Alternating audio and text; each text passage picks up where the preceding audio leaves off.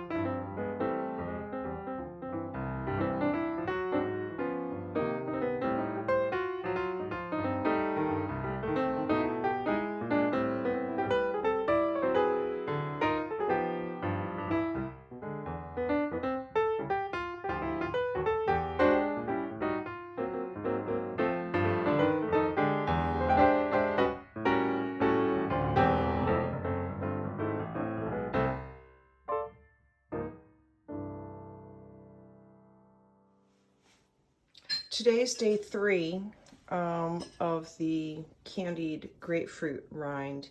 And so the difference is that last night I did press both sides with paper towel. The one on the left is the one I rolled in sugar, and all it did was sweat and get really wet. So it's still really wet.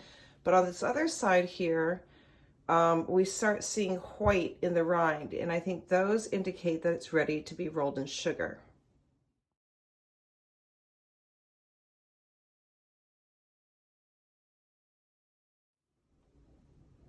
I sugared the ones that have the white showing and then married the ones together that are still drying. I hope you enjoyed this video. Please like, share, follow, or subscribe, and Boomergurl will see you next time. Jackie of all trades, over and out.